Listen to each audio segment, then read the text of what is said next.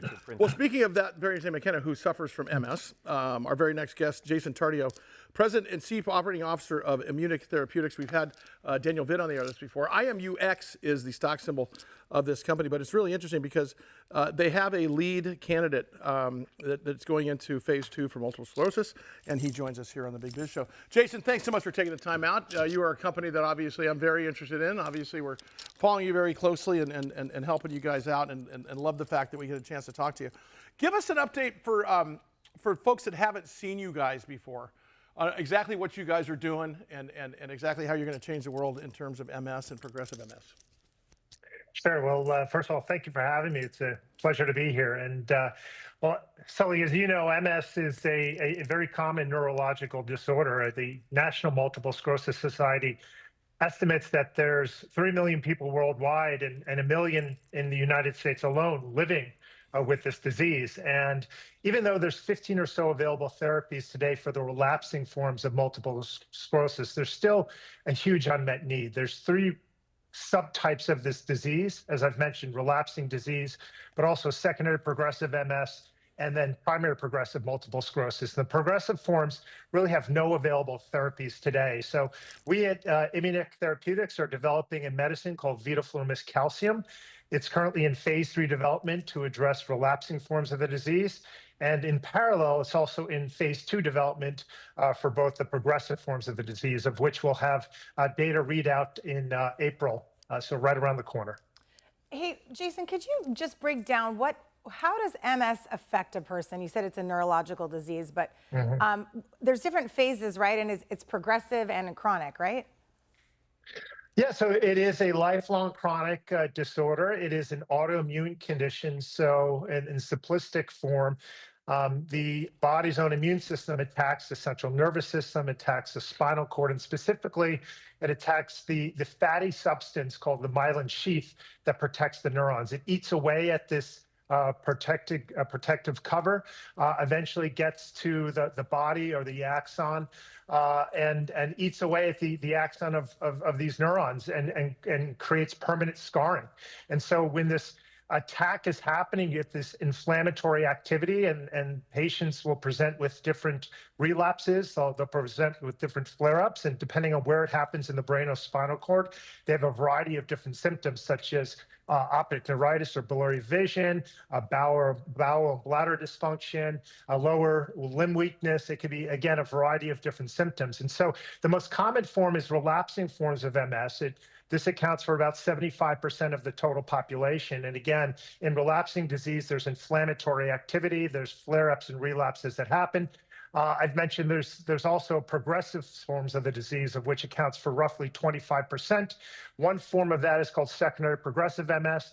The other form is called primary progressive MS. And the difference of the progressive forms as opposed to the relapsing forms is that you no longer have inflammatory activity. It's really just a constant decline of a progressive state, and patients and individuals alike have physical disability accumulation. They have cognitive disability accumulation. And so again, we're hoping to address both of these forms of the disease with vidofludimus calcium. Jason Tardio is the president CEO of Immunic Therapeutics. Their ticker symbol is IMUX. Jason, is this something that normally presents itself early in childhood? Or can it happen with, teenagers, young adults, older people?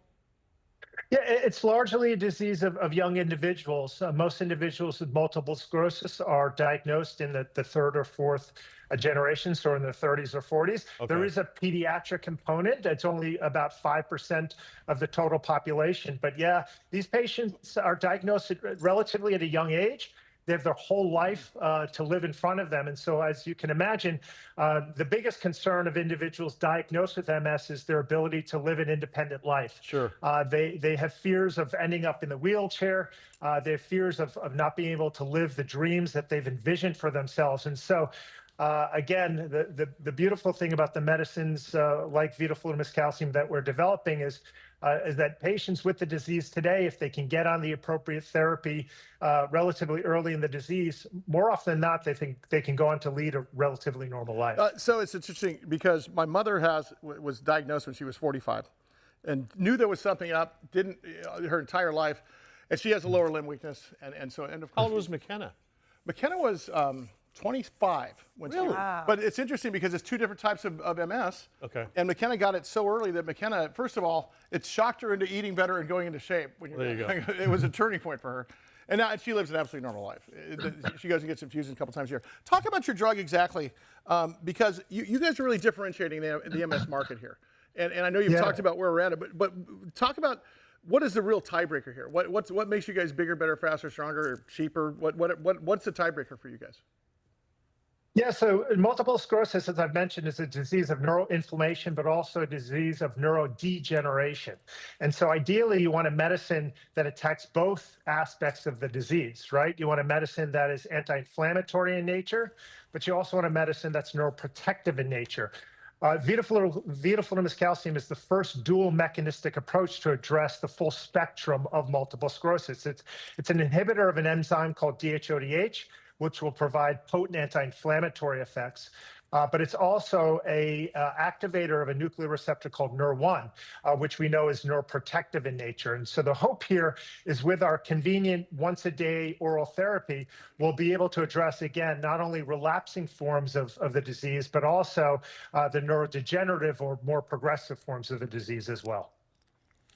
Jason, as far as the overall outlook with what you guys are doing and MS in general, is it one of those situations where you're ahead of it, you're about to get ahead of it, you're staying neck and neck with Or the will disease? there even be a cure? Or will there ever be a cure eventually? Well, the hope is one day we'll have a cure, but unfortunately, we're not quite there just yet. And even with, as I've mentioned, 15 or so available therapies for the relapsing forms of the disease, there's still unmet need. Patients continue to progress. We also know that there's a need for medicines that are safer, medicines that are better tolerated. Again, this is a lifelong condition, so individuals diagnosed with multiple sclerosis will have to take these medicines for the remainder of their life. Unfortunately, many of the available therapies today come with some safety trade-offs. Sure. And the Achilles heel of many of these medicines is that they can cause serious infections that could lead to death. They can cause an increase in malignancies or cancers. They can cause liver toxicities or hepatotoxicities. And so there's always this trade-off between the benefits of the medicine and the potential safety concerns or safety risks associated with the medicine. With vidofludimus calcium, we see very, very good efficacy signals based upon our data to date. And as important, we see a safety and tolerability profile that we believe will be best in disease. And so again, you combine that with the convenience of just once daily dosing, we think we have a winner on our hands. Hey, yeah, I got to ask you, Jay, before you get out of here. You guys are at Society for Virology right now. You've got, like, in the next 3 days, you're talking to everybody. What are you guys looking most forward to? Because you're having a lot of conversations here for 2025. I mean, look, we're only 2 months into this thing. The thing is shaping up in one direction. It looks like biopharma is doing better already than it did last year in terms of availability of capital and everything else. What are you looking forward to the most? Yeah, a couple of things from our side. As I've mentioned, we have this phase 2 readout of our Caliber study in progressive MS. And that's in April. That's April, correct? That's right around the corner in April. So we're very much looking forward to that. We're continuing to enroll our phase 3 programs, the Ensure-1 and Ensure-2 program in relapsing forms of MS, and hope to complete enrollment in the not too distant near future. Those studies are scheduled to be completed in 2026, so that's not too far out as well. And then, of course, look, we're continuing to have partnership discussions. As you can imagine, Big Pharma is very interested in a medicine like vidofludimus calcium. There's patent cliffs that are happening, over $400 billion in potential revenues over the next 10 years or so that will be lost due to patent cliffs. So Big Pharma is always looking to restock their pipeline, and we think a medicine like vidofludimus calcium could fit quite nicely in a number of these companies. I need you back more often, man. We want to get you as much as possible, get you into San Diego and so on and so forth. He is Jason Tardio, the president and COO of Immunic Therapeutics. Their ticker symbol is IMUX. Jason, as always, appreciate the time.